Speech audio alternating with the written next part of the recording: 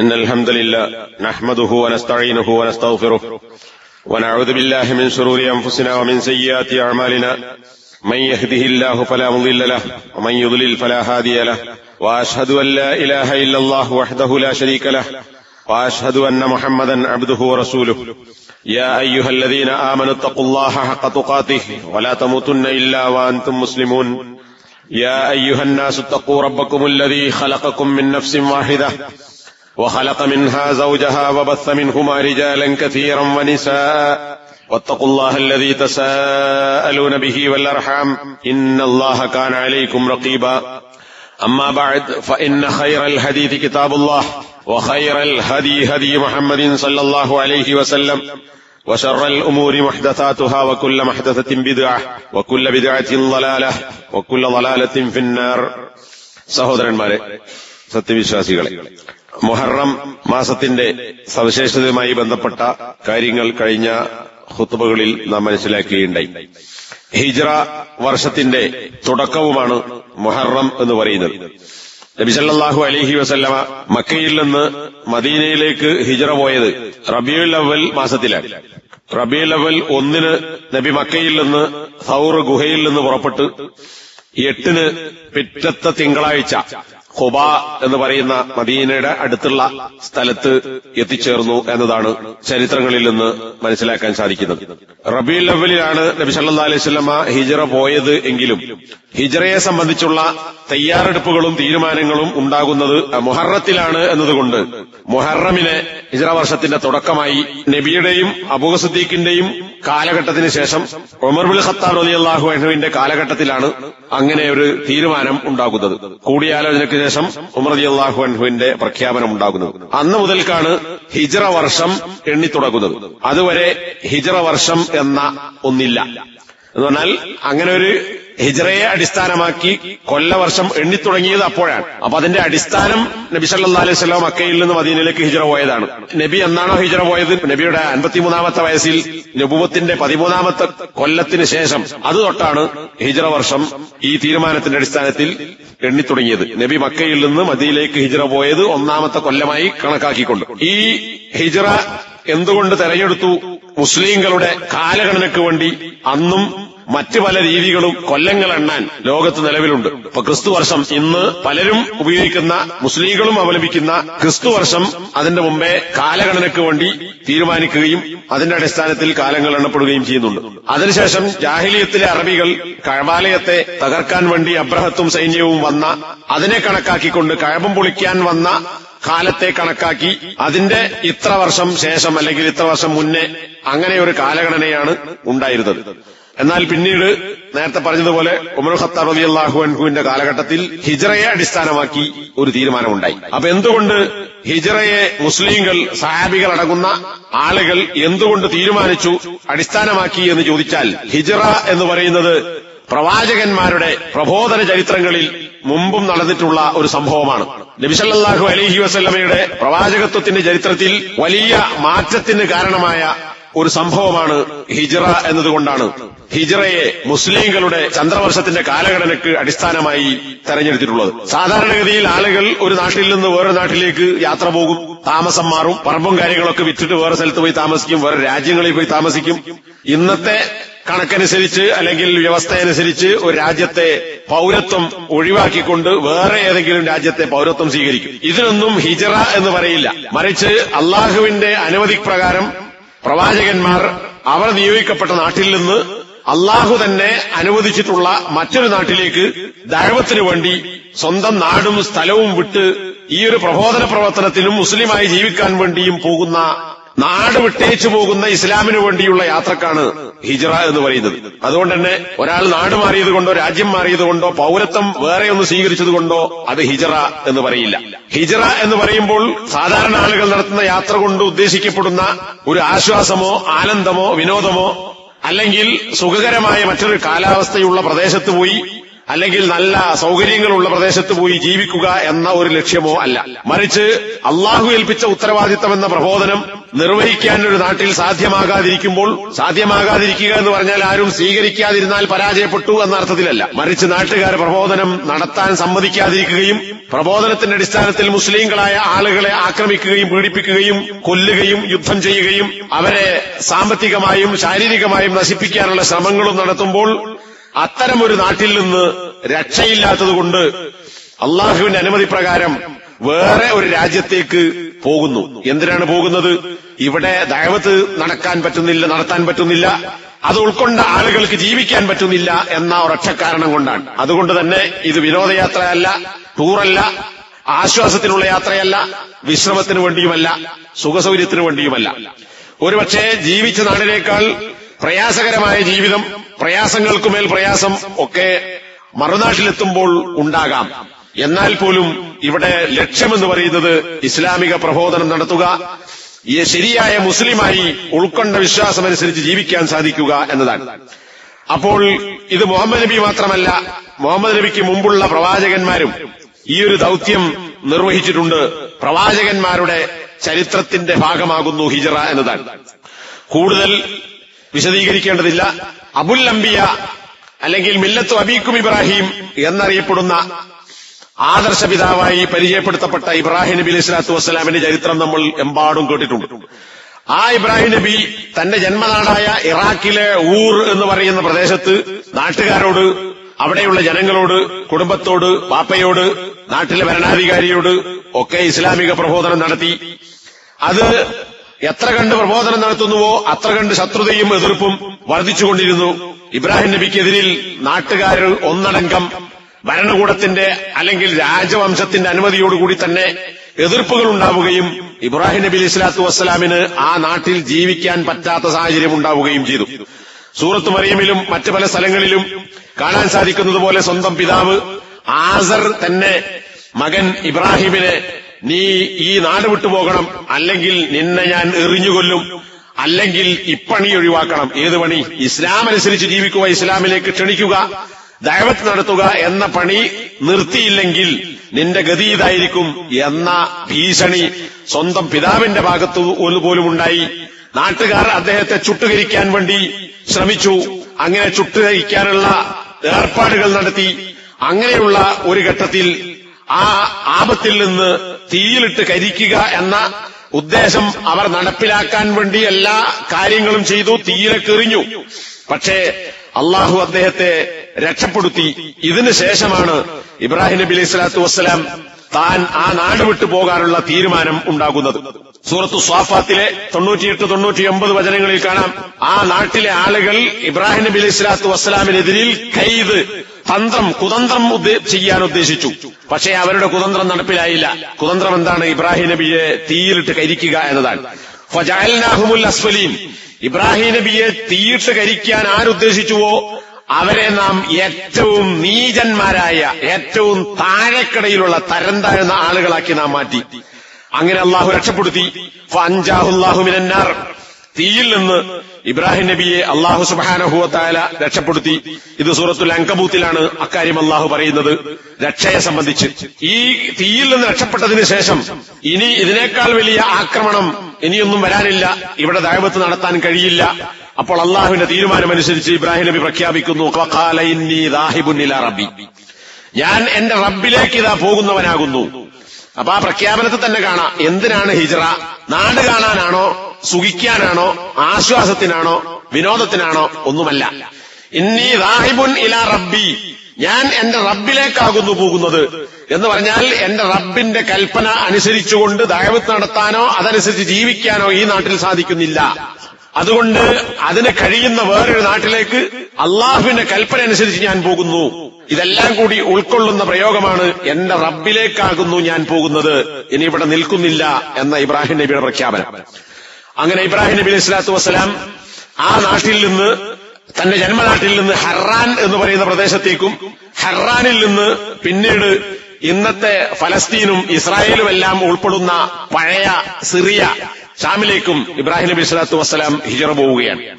ഫലസ്തീനിൽ നിന്ന് ഇബ്രാഹിം നബി പിന്നെ ഈജിപ്തിലേക്ക് വന്നതും ഈജിപ്തിൽ നിന്ന് പിന്നെ തിരിച്ച് ഷാമിലേക്ക് തന്നെ ഫലസ്തീനിലേക്ക് തന്നെ തിരിച്ചുപോയതും അതിനുശേഷം അള്ളാഹുവിന്റെ കൽപ്പന പ്രകാരം 3 തവണ തന്റെ മകൻ ഇസ്മായിലിനെയും മക്കയിൽ പാർപ്പിച്ച ഇസ്മായിലിന്റെ ഉമ്മ ഹാജറിനെയും കാണാൻ വേണ്ടി 3 ദൌത്യങ്ങൾക്ക് വേണ്ടി, കാണുക എന്നത് മാത്രമല്ല മറ്റു ചില ലക്ഷ്യങ്ങൾക്ക് കൂടി കഅബയുടെ നിർമ്മാണം അടക്കമുള്ള കാര്യങ്ങൾക്ക് വേണ്ടി ഇബ്രാഹിം നബി അലൈഹി സ്വലാത്തു വസ്സലാം അത്രയും ദൂരങ്ങൾ സഞ്ചരിച്ചിട്ടുണ്ട്. അപ്പൊ ഇതൊക്കെ ഇബ്രാഹിം നബി അലൈഹി സ്വലാത്തു വസ്സലാം നടത്തിയത് അള്ളാഹുവിന്റെ മാർഗത്തിൽ ജീവിക്കാൻ വേണ്ടിയും അതിലേക്ക് ആളുകളെ ക്ഷണിക്കാൻ വേണ്ടിയും പ്രബോധനം നടത്താൻ വേണ്ടിയുമാണ്. ഇതേപോലെ ഇബ്രാഹിം നബിയുടെ സഹോദര പുത്രനായ ലൂത്ത് അലൈഹിസലാം, ഇത് ഖുർആനിലോ ഹദീസിലോ പറഞ്ഞതല്ല, ചരിത്രകാരന്മാർ ഇബ്നു കസീർ അടക്കം പണ്ഡിതന്മാരും ചരിത്രകാരന്മാരും രേഖപ്പെടുത്തിയതാണ്. ഇബ്രാഹിം നബിയുടെ സ്വന്തം സഹോദരനായ ഹാറാൻ എന്ന് പറയുന്ന ആളുടെ മകനാണ് ലൂത്ത്. അപ്പൊ ലൂത്തിന്റെ പിതാവിന്റെ സഹോദരൻ എളാപ്പയോ മൂത്താപ്പയോ ആകും ആര്? ഇബ്രാഹിം നബി. ആ ലൂത്ത് ഇതേ നാട്ടിലുള്ളവനാണ്. ആദ്യഘട്ടത്തിൽ ഇബ്രാഹിം നബിയിൽ വിശ്വസിച്ചിരുന്നില്ല. വിശുദ്ധ ഖുർആൻ സൂറത്തുൽ അൻകബൂത്തിൽ പറയുന്നത് പോലെ ഇബ്രാഹിം നബിയെ കൊല്ലാനും ചുട്ടുകരിക്കാനും, കൊല്ലുകയോ ചുട്ടുകരിക്കുകയോ ചെയ്യാൻ വേണ്ടി ആളുകൾ തീരുമാനിക്കുകയും അതിൽ നിന്ന് അള്ളാഹു ഇബ്രാഹിം നബി അലൈഹി സ്വലാത്തു വസ്സലാമിനെ രക്ഷപ്പെടുത്തുകയും ചെയ്തു. സൂറത്തുൽ അൻകബൂത്തിലെ 24-ാമത്തെ ആയത്ത്. എന്നതിൽ പറയുന്നത് വിശ്വസിക്കുന്ന ആളുകൾക്ക് ഇത്തരം സംഭവങ്ങൾ ഒക്കെ ദൃഷ്ടാന്തമുണ്ട് എന്നാണ്. അപ്പൊ വെറുതെ കഥ പറയാനല്ല, ചരിത്രം കേൾക്കാനല്ല, മറിച്ച് ഒരു വിശ്വാസി എന്തെല്ലാം പരീക്ഷണങ്ങൾ നേരിടേണ്ടി വരും, എന്തെല്ലാം അനുഭവിച്ചാലും അവൻ വിശ്വാസിയായി തന്നെ ജീവിക്കേണ്ടതുണ്ട്. ഇതൊക്കെ എക്കാലത്തുമുള്ള മുസ്ലിങ്ങൾക്ക് മനസ്സിലാക്കാൻ ഇത്തരം സംഭവങ്ങളിൽ ആയാത്തുകളുണ്ട്, ദൃഷ്ടാന്തങ്ങളുണ്ട് എന്നാണ്. പിന്നീട് 25-ാമത്തെ ആയത്തിൽ കാണാം ഇബ്രാഹിം നബി സ്വല്ലല്ലാഹു അലൈഹി വസല്ലം ഈ ചുട്ടുകരിച്ച് അതിൽ രക്ഷപ്പെട്ടതിന് ശേഷവും ദഅവത്ത് നിർത്തുന്നില്ല. നാട്ടുകാരോട് അതുമായി ബന്ധപ്പെട്ട കാര്യങ്ങൾ പറയുകയും നിങ്ങളുടെ അഭയസ്ഥാനം നരകമാകുന്നു, നിങ്ങൾക്ക് ഒരു സഹായം ഉണ്ടാവുകയില്ല എന്ന ശക്തമായ താക്കീതൊക്കെ കൊടുത്തു. ഇങ്ങനെ തീയിലിട്ട് ചുട്ടുകരിക്കാൻ ശ്രമിക്കുകയും ഇബ്രാഹിം നബി രക്ഷപ്പെടുകയും ചെയ്തതിന് ശേഷം 26-ാമത്തെ ആയത്തിൽ അല്ലാഹു പറയുന്നു ഫആമന ലഹു ലൂത്തുൻ. പിന്നീടാണ് ഇബ്രാഹിം നബി സ്വല്ലല്ലാഹു വസ്സലാമിൽ ലൂത്ത് വിശ്വസിക്കുന്നത്.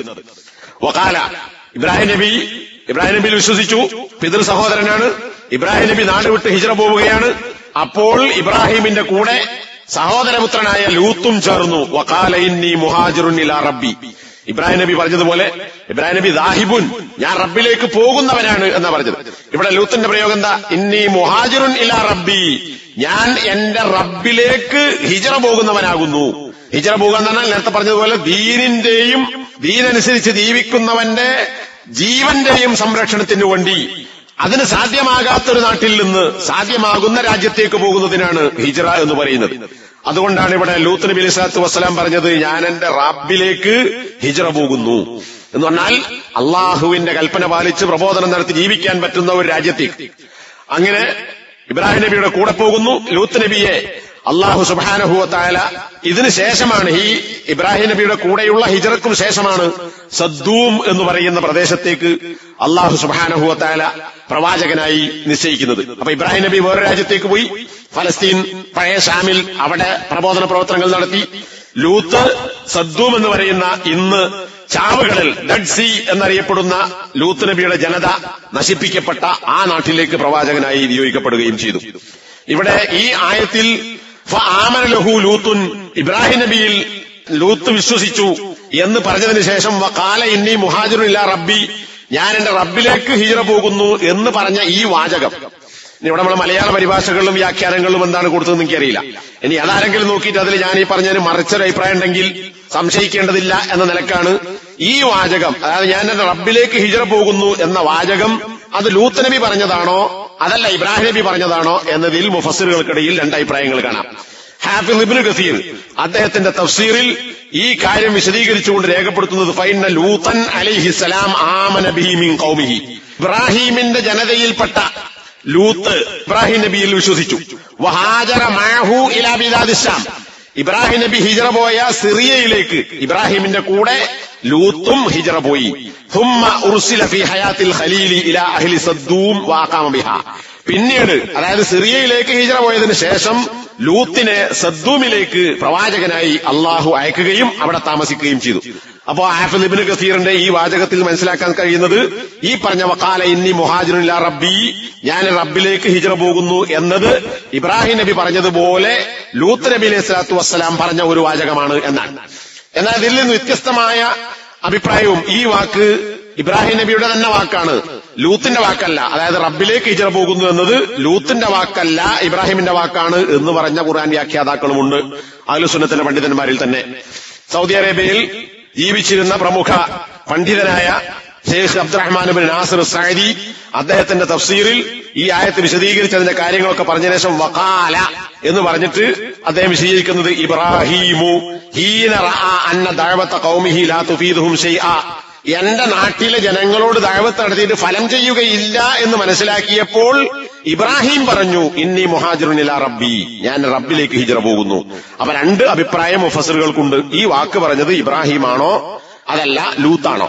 രണ്ടാലും പ്രശ്നമൊന്നുമില്ല. ഇവിടെ എന്താണ്, രണ്ടാളും ഹിജ്റ പോയിട്ടുണ്ട്. ഇനി ഇബ്നു കസീർ പറഞ്ഞതുപോലെയാണെങ്കിൽ ലൂത്ത് നബിയും പറഞ്ഞിട്ടുണ്ട്, ഇബ്രാഹിം നബി ഇന്നി മുഹാജിർ ഇന്നി ദാഹിബുൻ ഇലാ റബ്ബി, ഞാൻ റബ്ബിലേക്ക് പോകുന്നു എന്നും പറഞ്ഞിട്ടുണ്ട്. മൂന്നാമത്തേത്, ആ ശൃംഖലയിൽ വരുന്ന മറ്റൊരു പ്രമുഖ ഉലുൽ അസ്മിൽപ്പെട്ട പ്രവാചകനായ മൂസ നബി അലൈഹി സ്വലാത്തു വസ്സലാം. മൂസ നബിയുടെ പ്രബോധന ചരിത്രവും കാര്യങ്ങളും ഒന്നും വിശദീകരിക്കേണ്ട ആവശ്യമില്ല, ഒക്കെ നമ്മൾ ഒരുപാട് തവണ കേട്ടതാണ്. ഫിർഔനുമായി ഉണ്ടായ സംഭവങ്ങളും അതുപോലെ തന്നെ ആ നാട്ടിലെ ജനങ്ങളുമായി ഉണ്ടായ പ്രശ്നങ്ങളും മൂസാ നബി അനുഭവിച്ച പ്രയാസങ്ങളും മൂസാ നബിയുടെ ജനതയായ ബനു ഇസ്രായേല്യർ ആ നാട്ടിൽ അനുഭവിക്കേണ്ടി വന്ന ഫിർഔനിൽ നിന്നുണ്ടായ പീഡനങ്ങളും അതുപോലെ തന്നെ ആളുകളെ കൊല്ലാൻ വേണ്ടി കൽപ്പിച്ചതും സിഹ്റിന്റെ ആളുകളുമായി നടത്തിയിട്ടുള്ള മത്സരങ്ങളും, ഇതൊക്കെ ഇങ്ങനെ എമ്പാടും ചരിത്രങ്ങൾ ഖുർആനിൽ മൂസാ നബിയെ കുറിച്ച് പറയുന്നുണ്ട്. ഈ സംഭവങ്ങളൊക്കെ ഉണ്ടായതിനു ശേഷം വീണ്ടും മൂസാ നബി ദഅവത്ത് അവസാനിപ്പിക്കുന്നില്ല. മൂസ ഫിർഔനിന്റെ അടുക്കൽ ചെന്നു എന്നിട്ട് പറയാൻ, ഞാൻ അള്ളാഹുവിന്റെ ദൂതനാണ്, എന്റെ വർഗക്കാരായ അല്ലെങ്കിൽ എന്റെ കുടുംബക്കാരായ ബനു ഇസ്രായേലരെ, അവിടെ പറയുന്നത് ഇബാദല്ലാഹ് എന്നാണ്, അള്ളാഹുവിന്റെ അടിമകളെ എനിക്ക് വിട്ടുതരണം, ഞാൻ വിശ്വസ്തനായ അള്ളാഹുവിന്റെ ദൂതനാണ്. അപ്പൊ അവിടെ തൗഹീദ് മൂസാ നബി പറഞ്ഞിട്ടില്ല. ഫിർഔനോട് ചെന്നിട്ട് എന്റെ നാട്ടിൽ എന്റെ ജനങ്ങളായ ബനു ഇസ്രായേലരുടെ സ്വാതന്ത്ര്യത്തിന് വേണ്ടി ശബ്ദിച്ചു. അപ്പോ ജനങ്ങളുടെ സ്വാതന്ത്ര്യത്തിന് വേണ്ടി സ്വേച്ഛാധിപത്യ ഭരണത്തിനെതിരിൽ സംസാരിക്കാൻ വേണ്ടി വന്ന ഒരു രാഷ്ട്രീയ പോരാളിയായിരുന്നു മൂസാ നബി എന്ന് പറയാൻ കഴിയില്ല. അങ്ങനെ പറയുന്ന ചില ആളുകളുണ്ട്. എന്നാൽ രണ്ടാമത്തെ വാചകം എന്താ, വഅല്ലാ തഅലൂ അലല്ലാഹ് ഇന്നി ആതീകും ബിസുൽത്താനിൻ മുബീൻ. ഫിർഔനിനോടും ഫിർഔന്റെ ആളുകളോടുമാണ് പറയുന്നത്, എന്ത്, നിങ്ങൾ അള്ളാഹുവിനേക്കാൾ ഉന്നതി നടിക്കരുത്, അള്ളാഹുവിന്റെ മേലെയല്ല നിങ്ങൾ, അള്ളാഹു ആകുന്നു നിങ്ങൾക്ക് മീതെയുള്ളത്.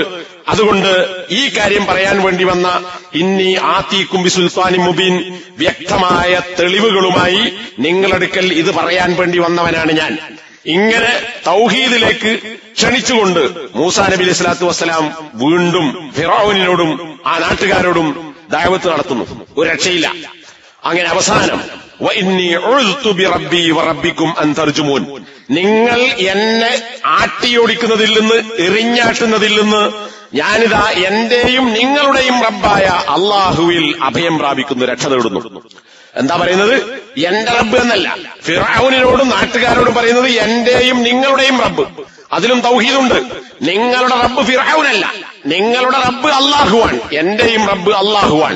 അതാണ് എന്റെയും നിങ്ങളുടെയും റബ്ബായ അള്ളാഹുവിൽ നിങ്ങൾ, ഞാൻ തൗഹീദ് പറഞ്ഞതിന്റെ പേരിൽ എന്നെ എറിഞ്ഞാട്ടുന്നതിൽ നിന്ന് ഞാൻ ഫിർഔനിലല്ല അഭയം തേടുന്നത്, എന്റെ റബ്ബായ അള്ളാഹുവിൽ ഞാൻ രക്ഷ തേടുകയാണ്. നിങ്ങൾ എന്നിൽ വിശ്വസിക്കുന്നില്ലെങ്കിൽ ഫഅ്തസിലൂൻ, നിങ്ങൾ എന്നെ വിട്ടേക്കുക, നിങ്ങൾ എന്നെ വിട്ടേക്കൂ, ഞാൻ എന്റെ വഴിക്ക് പോകട്ടെ, നിങ്ങൾ എന്നെ പിന്നാലെ കൂടണ്ട.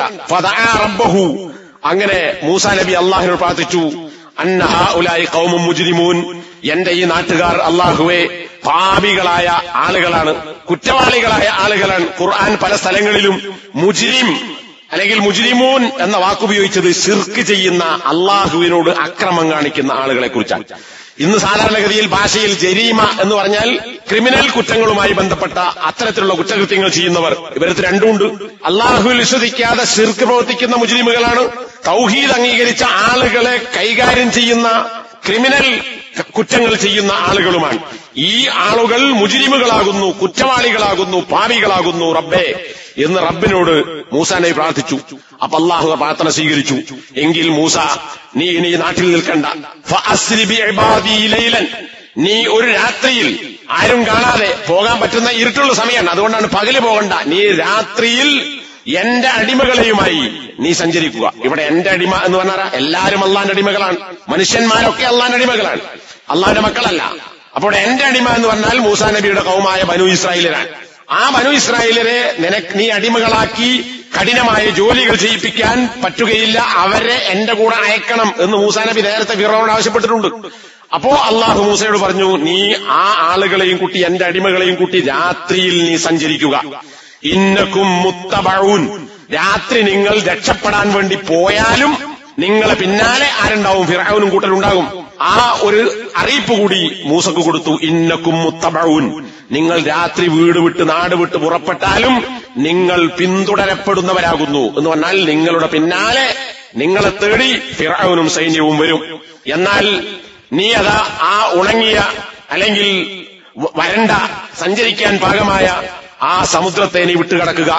അവർ നിന്റെ പിന്നാലെ വന്നാലും നീ പേടിക്കേണ്ടതില്ല, കാരണം നിന്നെ തെരഞ്ഞു വരുന്ന ഫിറഔനും സൈന്യവും ഇന്നഹും ജുന്ദും മുഗ്റഖൂൻ, അവർ മുക്കി നശിപ്പിക്കപ്പെടുന്ന ജനതയാണ്. അപ്പോ സന്തോഷവാർത്തയും അതോടൊപ്പം അവർ നിന്റെ പിന്നാലെ വരും എന്ന ഒരു താക്കീത് കൂടി നൽകിക്കൊണ്ട് മൂസാ നബിയോട് ആ രാജ്യം വിട്ട് കടല് കടന്നു പോകാൻ മൂസാ നബിയോടും അനുയായികളോടും അല്ലാഹു സുബ്ഹാനഹു വ തആല കൽപ്പിക്കുന്നു. അപ്പോ ഇബ്രാഹിം, ലൂത്ത്, മൂസ അലൈഹിമുസ്സലാം, ഈ 3 പ്രവാചകന്മാരുടെ ചരിത്രം ഖുർആനിൽ ഹിജ്റ പോയതും അത് നമുക്ക് ദൃഷ്ടാന്തമാണ് എന്നും പാഠം എന്നുള്ള നിലക്കും അല്ലാഹു സുബ്ഹാനഹു വ തആല ഈ കാര്യങ്ങൾ പഠിപ്പിക്കുകയാണ്. അപ്പോൾ ഇതിൽ നിന്നൊക്കെ നമുക്ക് മനസ്സിലാക്കാൻ സാധിക്കുന്നത് നേരത്തെ സൂചിപ്പിച്ചതുപോലെ അള്ളാഹുവിന്റെ മാർഗത്തിലുള്ള യാത്രയാണ്, മുസ്ലിമായി ജീവിക്കാനും ഇസ്ലാമിലേക്ക് ക്ഷണിക്കാനുമുള്ള യാത്രയാണ്. ഇത് ആദ്യം നടത്തിയത് മുഹമ്മദ് നബി അല്ല, മറിച്ച് പീഡനം അനുഭവിക്കേണ്ടി വന്ന, ദഅവത്ത് നടത്താൻ കഴിയാതിരുന്ന, മുസ്ലിമായി ജീവിക്കാൻ കഴിയാതിരുന്ന പ്രവാചകന്മാർ അവരുടെ നാട്ടിൽ നിന്ന് ഹിജ്റ പോയിട്ടുണ്ട്. അള്ളാഹു അത് കൽപ്പിച്ചിട്ടുണ്ട്. ആ പ്രവാചകന്മാരെ നടപ്പിലാക്കിയിട്ടുണ്ട്. നടപ്പിലാക്കിയതിന് ശേഷം അവർക്ക് ചെന്ന നാട്ടിൽ വിജയമുണ്ടായിട്ടുണ്ട്.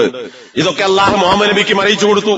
അതുകൊണ്ട് തന്നെയാണ് മുഹമ്മദ് നബി സല്ലല്ലാഹു അലൈഹി വസല്ലമയോടും അള്ളാഹു സുബ്ഹാനഹു വ തആല മക്കയിൽ നിന്ന് മദീനയിലേക്ക് ഹിജ്റ പോകാൻ അള്ളാഹു അനുവദിക്കുകയും അനുവാദം കിട്ടിയതിന് ശേഷം മാത്രം മുഹമ്മദ് നബി സല്ലല്ലാഹു അലൈഹി വസല്ലമ മക്കയിൽ നിന്ന് മദീനയിലേക്ക് ഹിജ്റ പോവുകയും ചെയ്തത്. ഇത് ആ നബി ഹിജ്റ പോയ ചരിത്രവും ഞാൻ ഇവിടെ വിശദീകരിക്കുന്നില്ല. എന്തിനു വേണ്ടി എന്നത് നമ്മൾ മനസ്സിലാക്കിയാൽ മതി. ഇനി ഹിജ്റ എന്ന് പറയുന്നത് അവസാനിച്ചിട്ടുണ്ടോ നബിയുടെ ഹിജ്റയോടുകൂടി? അല്ല, ഇനിയും ലോകാവസാനം വരെ ഹിജ്റ ഉണ്ടാകുമോ?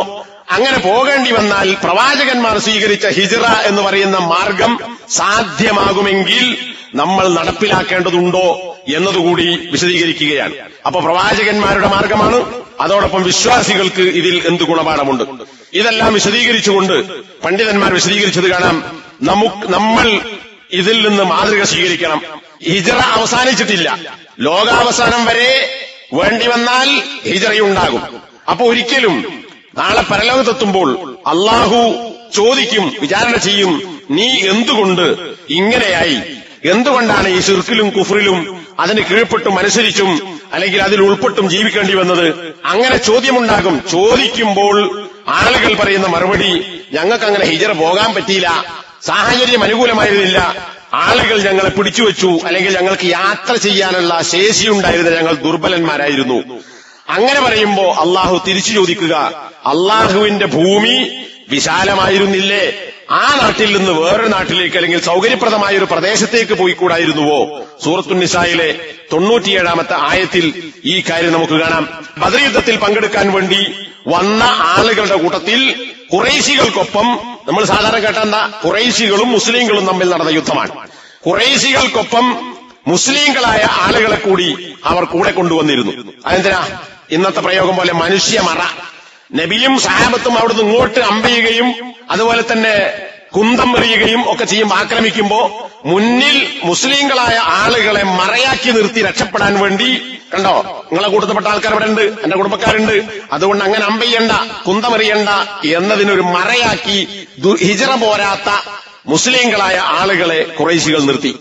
അത്തരം ആളുകളെ കുറിച്ചാണ് ഖുർആൻ പറയുന്നത്, ഇന്നല്ലദീന തവഫാഹുമുൽ മലായിക ളാലിമി അൻഫുസിഹിം.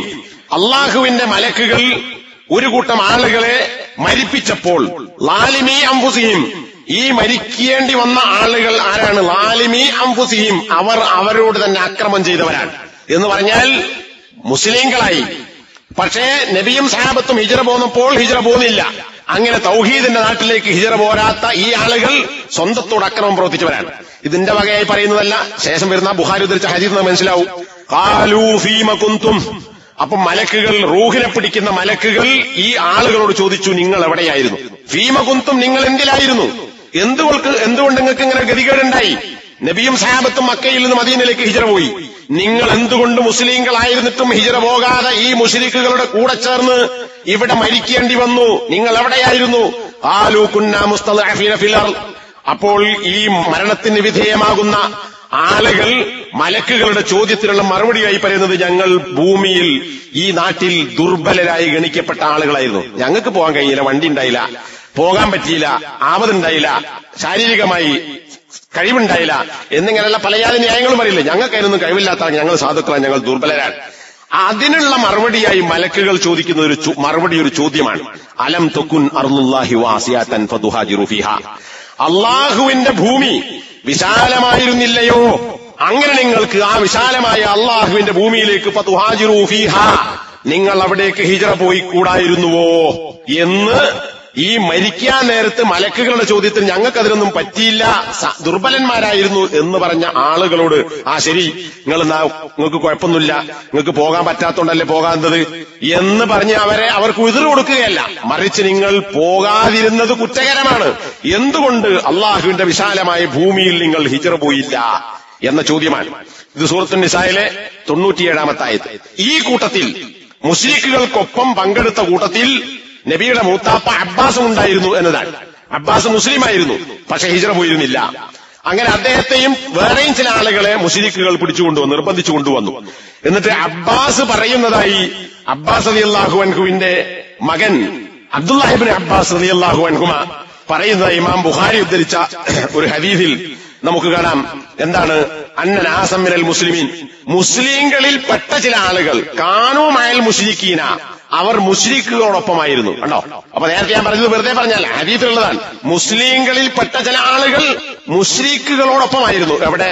യുകഫിറൂന സവാദൽ മുശ്രിക്കീൻ, മുശ്രിക്കുകളുടെ ആൾക്കൂട്ടത്തെ പെരുപ്പിച്ചുകൊണ്ട്. എന്ന് പറഞ്ഞാൽ മുശ്രിക്കുകളുടെ എണ്ണത്തിന്റെ കൂടെ ഈ മുസ്ലിങ്ങളായ ഇപ്പറഞ്ഞ ആളുകൾ കൂടെ നിൽക്കുമ്പോ എന്താണ്, ഇവരെ കൂട്ടത്തിൽ ആളുകൾ അധികമുണ്ട് എന്ന് അപ്പുറത്തുള്ള മുസ്ലിങ്ങൾക്ക് തോന്നും. അപ്പൊ മുശ്രിക്കുകളുടെ എണ്ണബലത്തെ വർദ്ധിപ്പിക്കുന്ന തരത്തിൽ മുസ്ലിങ്ങളിൽപ്പെട്ട ചില ആളുകൾ മുശ്രിക്കുകൾക്കൊപ്പമായിരുന്നു. അലാ അഹദി റസൂലില്ലാഹി സ്വല്ലല്ലാഹു അലൈഹി വസല്ലം, നബിന്റെ കാലഘട്ടത്തിൽ നടന്ന യുദ്ധത്തിൽ. യഗ്തിസ്സഹുമു ഫയുർമാ ബിഹി, അങ്ങനെ മുസ്ലിങ്ങളുടെ ഭാഗത്ത് നിന്ന് അമ്പ് വരും. ആ അമ്പ് ഫയുസീബു അഹദഹും, മുശ്രിക്കുകൾക്കൊപ്പം മനുഷ്യമറയായി വന്നിട്ടുള്ള അല്ലെങ്കിൽ കൊണ്ടുവരപ്പെട്ട ഹിജ്റ പോകാത്ത മുസ്ലിങ്ങളിൽപ്പെട്ട ചില ആളുകൾക്ക് ആ അമ്പേൽക്കും. ഔ യുദ്റബു ഫയുഖ്തൽ, അല്ലെങ്കിൽ മുസ്ലിങ്ങളുടെ വെട്ടുകിട്ടും, അങ്ങനെ അവർ മരിച്ചു. ഫഅൻസലല്ലാഹ്, അപ്പോഴാണ് അള്ളാഹു ഈ ആയത്തിറക്കിയത്, ഇന്നല്ലദീന തവഫാഹുമുൽ മലായികത്തു ളാലിമി അൻഫുസിഹിം. ആ സൂറത്ത് നേരത്തെ ഓതിയ നിസായിലെ 97-ാമത്തെ ആയത്ത്. അപ്പൊ നോക്കൂ, ഇവിടെ എന്താണ്? ദുർബലരായതുകൊണ്ട് ഞങ്ങൾക്ക് പോകാൻ കഴിഞ്ഞില്ല എന്ന് പറയുന്ന ആളുകൾ, അവർ ഈ ന്യായം കൊണ്ട് രക്ഷപ്പെട്ടില്ല. നിങ്ങൾ ചെയ്തത് അക്രമമാണ്. ഹിജ്റ പോകാൻ കഴിയുന്ന സമയത്ത് പോകേണ്ടിയിരുന്നു. പോകാൻ പറ്റാത്ത ചില ആളുകൾക്ക് അള്ളാഹു എതിർ കൊടുത്തിട്ടുണ്ട്. അത് ഇതിന്റെ ശേഷമുള്ള ആയത്ത് പറയുന്നുണ്ട്. അതാരാ? ശരിയായ ദുർബലന്മാർ, രോഗികൾ, പ്രായം ചെന്നവർ, യാത്ര ചെയ്യാൻ കഴിയാത്തവർ, അടിമകൾ. ഇവർക്കൊന്നും ഹിജ്റ പോകേണ്ട. അടിമക്ക് ചാടിപ്പോകണം, യജമാനന്റെ പിടുത്തം വിട്ടു പോകാൻ പറ്റുമെങ്കിൽ പോകാം, അല്ലെങ്കിൽ അവൻ അവിടെ തന്നെ നിൽക്കാം. കാരണം എന്താ? അവൻ പോകാൻ കഴിവില്ലാത്തവനാണ്. ആരോഗ്യമില്ലാത്ത വയസ്സത്തികൾ, രോഗികൾ, കുട്ടികൾ, ഇവർക്ക് ഹിജ്റ പോകാൻ കഴിയില്ല. അവരെ അള്ളാഹു ഈ കൂട്ടത്തിൽ പെടുത്തിയിട്ടില്ല. അത് ശേഷത്തുള്ള ആയത്ത് പറയുന്നു. എന്നാൽ ഇതൊന്നുമില്ലാതെ പോകാൻ പറ്റുന്ന ആളുകൾ കൂടി പോകാതിരുന്നത് ഗുരുതരമായ തെറ്റായിപ്പോയി. അതുകൊണ്ടാണ് നിങ്ങൾ ഇങ്ങനെ മരിക്കേണ്ടി വന്നത് എന്നാണ് ഈ ആയത്ത് പറയുന്നത്. അപ്പൊ അതുകൊണ്ട് ഹിജ്റ എന്ന് പറയുന്നത് മുസ്ലിമായി ജീവിക്കാനും ഇസ്ലാമിക പ്രബോധനം നിർവഹിക്കാനും സാധിക്കാതെ വരുന്ന ഘട്ടത്തിൽ നടത്തേണ്ടുന്ന ഒരു കാര്യമാണ്. അത് ലോകാവസാനം വരെ നിലനിൽക്കുന്നു. സാധ്യതയുണ്ടാകുമ്പോൾ പോകണം എന്നതാണ് ഈ ആയത്തുകളിൽ നിന്നും ഇതിനെക്കുറിച്ച് പണ്ഡിതന്മാർ നടത്തിയിട്ടുള്ള വിശദീകരണങ്ങളിൽ നിന്ന് മനസ്സിലാക്കാൻ സാധിക്കുന്നത്. എന്നാൽ നമ്മുടെ നാട്ടിൽ ചില ആളുകൾ ഇമാം ബുഖാരിയുടെ മറ്റൊരു ഹദീസ് ഓതിയിട്ട് അവരുടെ സ്വകാര്യ ക്ലാസുകളിൽ അതായത് ചില മുസ്ലിങ്ങൾക്ക് ചില പ്രതിരോധ മാർഗങ്ങളും കാര്യങ്ങളൊക്കെ ഉണ്ടാകണം എന്ന് പറയുന്ന ആളുകൾ അവരുടെ ക്ലാസുകളിൽ പറയുന്ന ഒരു ഹദീസ് ഇനി നമുക്ക് ഇവിടെ ഇന്ത്യയിൽ നിന്ന് ഹിജ്റ പോകാൻ കഴിയില്ല, അതുകൊണ്ട് ഇവിടെ ആയുധമെടുക്കണം. ഇത് വെറുതെ പറഞ്ഞല്ല, ഞാൻ കേട്ടാണേതുകൊണ്ട് പറയണേ. ഹിജ്റ ആയുധമെടുക്കുകയല്ലാതെ രക്ഷയില്ല, അതുകൊണ്ട് ഇനി ഹിജ്റ പോകയിൽ ഹിജ്റ ഇല്ല. ഹിജ്റ ലാ ഹിജ്റത ബഅദൽ ഫത്ഹ്, ഫത്ഹിന് ശേഷം മക്കം ഫത്ഹിന് ശേഷം ഇനി ഹിജ്റയില്ല എന്ന ഇമാം ബുഖാരിയുടെ ഹദീസ് ഓതിക്കൊണ്ട് പറയും ഇനി ഹിജ്റ അല്ല. ഹിജ്റ എന്ന സംഗതി അവസാനിച്ചു. എന്തിനു ശേഷം? മക്കം ഫത്ഹിന് ശേഷം. അതുകൊണ്ട് ഹിജ്റ അല്ല, ഇനി നമുക്കുള്ള പണി എന്താ? ഒരേ ഒരു വഴി ആയുധമെടുക്കലാണ് എന്ന് ആളുകൾക്ക് ഉപദേശം കൊടുത്ത് ജിഹാദ് എന്ന് പറഞ്ഞ പേരിൽ ആളുകളെ അതിലേക്ക് പ്രേരിപ്പിക്കുന്നു. ഇതൊരു തെറ്റായ പ്രയോഗം അല്ലെങ്കിൽ വാദമാണ്. ലാ ഹിജ്റത ബഅദൽ ഫത്ഹി എന്നതിന് പണ്ഡിതന്മാർ വിശദീകരിച്ചത് മക്കം ഫത്ഹിന് ശേഷം ഇനി മക്കയിൽ നിന്ന് ഹിജ്റ പോകേണ്ട സാഹചര്യം ഉണ്ടാവുകയില്ല എന്നാണ്. അല്ലാതെ ലോകത്തെവിടെയും ഹിജ്റ ഉണ്ടാവുകയില്ല എന്നല്ല. വേറെയും ഹദീസുകൾ അതിന് തെളിവായി നമുക്ക് കാണാൻ സാധിക്കും. അതുകൊണ്ട് തന്നെ ഖുർആനിൽ വേറെ സൂറത്തുൻ നിസായിൽ തന്നെ 100-ാമത്തെ ആയത്ത് കാണാം, വമൻ യുഹാജിർ ഫീ സബീലില്ലാ, അള്ളാഹുവിന്റെ മാർഗത്തിൽ ആര് ഹിജ്റ പോകുന്നുവോ യജിദ് ഫിൽ അർളി മുറാഗമൻ കസീറതൻ വസഅതൻ, അള്ളാഹുവിന്റെ മാർഗത്തിൽ ആരാണോ ഹിജ്റ പോകുന്നവൻ, ഹിജ്റ പോയവൻ ഏത് നാട്ടിലേക്ക് ഹിജ്റ പോയോ ആ നാട്ടിൽ അവന് കണ്ടെത്തും മുറാഗമൻ കസീറൻ വസഅതൻ, അവന് സുഖകരമായ അല്ലെങ്കിൽ ആശ്വാസത്തോടുകൂടി ജീവിക്കാൻ പറ്റുന്ന ഇടങ്ങൾ, വസഅതൻ ജീവിത വിശാലതയും അവൻ കണ്ടെത്തും. ഇത് ഒന്ന് ഷർത്തും രണ്ടാമത്തേത് ജവാബുമാണ് അറബി ഭാഷാ പ്രകാരം. ആര് അള്ളാഹുവിന്റെ മാർഗത്തിൽ ഹിജ്റ പോകുന്നുവോ, അപ്പൊ വേറെ ഏർപ്പാടിനല്ല, ഭൗതികമായ ലക്ഷ്യത്തിനല്ല, അള്ളാഹുവിന്റെ മാർഗത്തിൽ ദീനുദ്ദേശിച്ച് മുസ്ലിമായി ജീവിക്കാൻ വേണ്ടി കഴിയാത്തൊരു നാട്ടിൽ നിന്ന് സാധിക്കുന്ന ഒരു രാജ്യത്തേക്ക് പോയാൽ അള്ളാഹുവിന്റെ ഓഫറാണ് യജീദ്, അവൻ കണ്ടെത്തും ഫിൽ അർളി മുറാഗമൻ കസീറൻ വസഅ, നേരത്തെ പറഞ്ഞ കാര്യം. അപ്പൊ എന്താ, അങ്ങനെ ആര് പോകാൻ തയ്യാറുണ്ടോ, പോവുകയാണെങ്കിൽ അവൻ കണ്ടെത്തും. അപ്പൊ പോയാൽ കിട്ടും എന്നത് അള്ളാഹുവിന്റെ വാഗ്ദാനമാണ്. ഞാൻ എന്റെ നാടും വീടും കുടുംബവും വിട്ടു പോയാൽ ഇനി എന്താകും എന്നാരും വിചാരിക്കേണ്ടതില്ല. ഇനി ഒരുത്തൻ ഹിജ്റ പോയി ഉദ്ദേശിച്ച വേറെ സ്ഥലത്തേക്ക് പോകാൻ വേണ്ടി ഉദ്ദേശിച്ചു, പോകുന്ന വഴിയിൽ അവൻ മരണപ്പെട്ടു. ഈ ആയത്തിന്റെ ബാക്കിയതാണ്. ഒരാൾ വീട്ടിൽ നിന്ന് ഹിജ്റ പോകുന്നവനായി ഇറങ്ങിത്തിരിച്ചു, അള്ളാഹുവിലേക്കും റസൂലിലേക്കും ഹിജ്റ പോവുകയാണ് എന്ന് പറഞ്ഞാൽ എന്താ, മദീനത്തേക്ക് പോകുന്ന നബിന്റെ ഖബർ മദീനത്ത അല്ല, അള്ളാഹുവിന്റെ ഖുർആനും നബിയുടെ ചര്യയും അനുസരിച്ച് ജീവിക്കാൻ വേണ്ടി വല്ലവനും ഹിജ്റ പോവുകയും സുമ്മ യുദ്രിക്കുഹുൽ മൗതു, പോകുന്ന വഴിയിൽ അവനെ മരണം പിടികൂടുകയും ചെയ്താൽ അങ്ങോട്ട് എത്തിയില്ല, അതിനിടയ്ക്ക് വഴിയിൽ മരിച്ചുപോയി, ഫഖദ് വഖഅ അജ്റുഹു അലല്ലാഹ്, അവന്റെ കൂലി പ്രതിഫലം അള്ളാഹുവിന്റെ മേലാകുന്നു എന്ന് പറഞ്ഞാൽ ഇവൻ ഉദ്ദേശിച്ചു, ലക്ഷ്യം പൂർണ്ണയില്ല, പക്ഷെ നിയ്യത്തിനനുസരിച്ച് ഹിജ്റ പോയവന്റെ കൂലി വഴിയിൽ മരിച്ചുപോയവൻ അള്ളാഹു കൊടുക്കും. വകാന അല്ലാഹു ഗഫൂറർ റഹീമ, അള്ളാഹു അങ്ങേയറ്റം പാപം പൊറുക്കുന്നവനും കരുണ ചെയ്യുന്നവനുമാകുന്നു എന്നാൽ. ഈ ആയത്തിനെ വിശദീകരിച്ചുകൊണ്ട് ഷെയ്ഖ് സഅദി പറഞ്ഞത് കാണാം, ഇത് നമ്മളിൽ അല്ലെങ്കിൽ കേരളത്തിലോ ഇനി ഇന്ത്യയിലോ മറ്റെവിടെയും ശിർക്കിന്റെയും ഖുറാഫാത്തിന്റെയും അതിന്റെ കഷ്ടപിടിച്ച് കറപുരണ്ട നാട്ടിൽ തന്നെ ജീവിക്കുന്ന, നാട് വിട്ടുപോകാത്ത, തൗഹീദിന്റെ വെളിച്ചമുള്ള ഒരു പള്ളിയോ മദ്രസയോ ആളുകളോ ഉള്ള സ്ഥലത്തേക്ക് പോകാതെ തനി ശിർക്കിന്റെയും ഖുറാഫാത്തിന്റെയും വിദേഹത്തിൽ തന്നെ ഇത് എന്റെ നാടാണ്, ഞാൻ ജീവിച്ച നാടാണ്, എന്റെ ഉമ്മ പറ്റ നാടാണ്, ഈ നാട് വിട്ട് ഞാൻ പോവുകയില്ല, ഞാൻ നാട്ടിനെ സ്നേഹിക്കുന്നു, ഇവിടുന്ന് പോയാൽ ഞെരുങ്ങിപ്പോകും എന്നാരെങ്കിലും വിചാരിക്കുന്നുവെങ്കിൽ അങ്ങനെ വിചാരിക്കേണ്ടതില്ല. ഒരു രാജ്യത്തുനിന്ന് വേറെ രാജ്യത്തേക്ക് പോകുന്നത് മാത്രമല്ല ഹിജ്റ.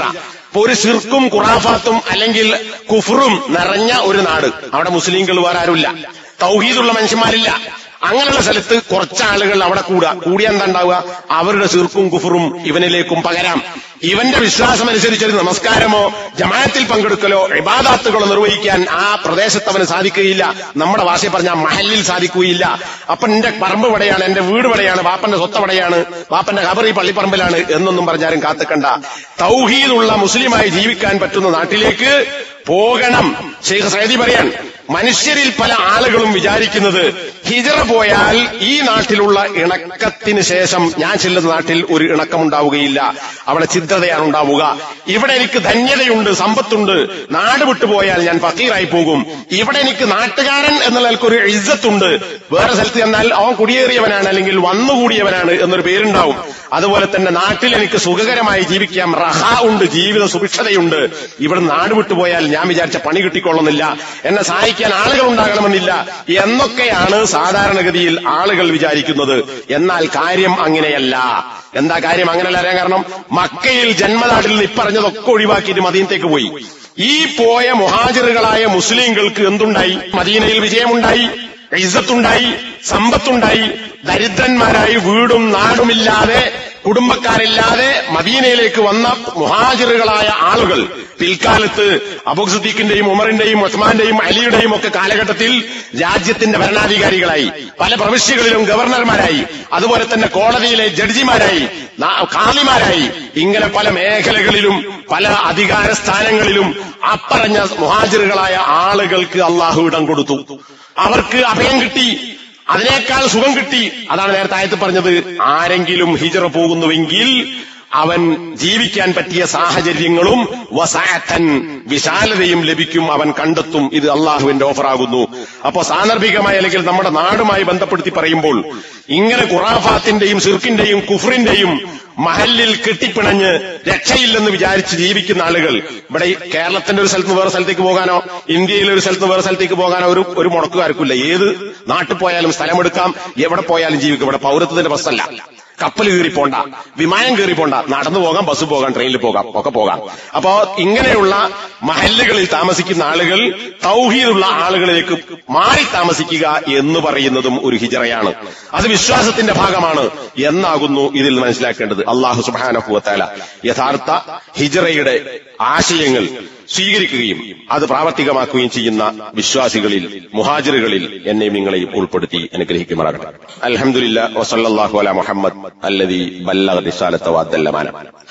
ഇനി മറ്റൊരു കാര്യം വെച്ചാൽ ഇതന്നെ ഹിജ്റ എന്ന് പറയുമ്പോ ഒരു നാട്ടിൽ നിന്ന് വേറെ നാട്ടിലേക്ക് പോവുക, സ്ഥലം മാറിപ്പോകൽ ദീനു വേണ്ടി, അതാണ് ഹിജ്റ മക്കാനിയ.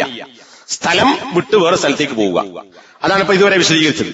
ഇനി അതൊന്നും അല്ലാതെ അവസാനം ഞാൻ പറഞ്ഞ വിഷയവുമായി ബന്ധപ്പെട്ടും അല്ലാതെയും നമ്മുടെ ജീവിക്കുന്ന നാട്ടിൽ തന്നെ, അവിടെ തൗഹീദുള്ള ആളുകളാണെങ്കിലും അവരിൽ വേറെ പല തെറ്റുകളും മഅസിയത്തുകളും പാപങ്ങളും ഒക്കെ ഉണ്ടാകാം. അങ്ങനെയുള്ള ഇടങ്ങളിൽ തെറ്റുകളെയും അതിന്റെ ആളുകളെയും വിട്ടൊഴിവാക്കി വിശ്വാസം സ്വീകരിച്ചുകൊണ്ട് മുസ്ലിമായി ജീവിക്കുക, അതും ഹിജ്റയാണ്.